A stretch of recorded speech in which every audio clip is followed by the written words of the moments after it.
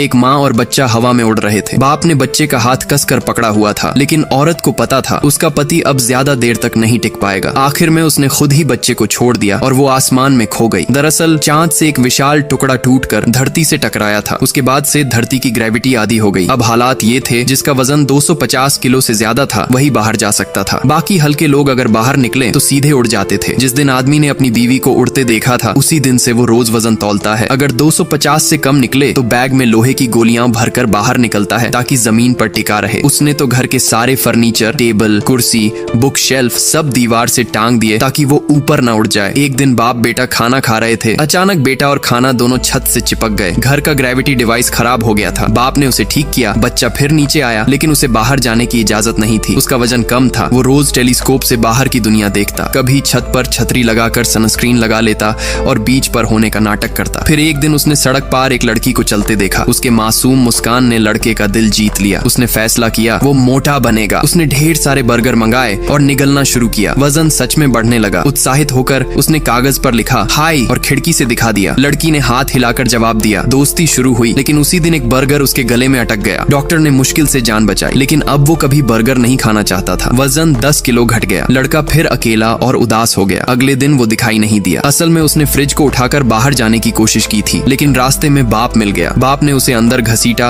और सारे भारी सामान छुपा दिए। 20 साल पहले उसने अपनी बीवी को उड़ते हुए खो दिया था। वो अपने बेटे के साथ ये हादसा दोबारा नहीं होने देना चाहता था, पर देर रात उसने चुपके से एक ग्रेविटी शूज बना डाले। सुबह लड़के ने जब उसे पहना, बैग में लोहे की गोलियां डाली और जिंदगी में पहली बार घर से बाहर कदम रखा। वो हिम्मत करके लड़की की तरफ बढ़ा, एक गहरी सांस ली और फिर अपने जूते का ग्रेविटी स्विच बंद कर दिया। अगले ही पल वो आसमान में उड़ गया। बाप घबरा गया, लेकिन तभी एक जोड़ी हाथों ने उसे थाम लिया। उसने आंखें खोली। वो लड़की थी और उसके चेहरे पर वही मुस्कान थी, लेकिन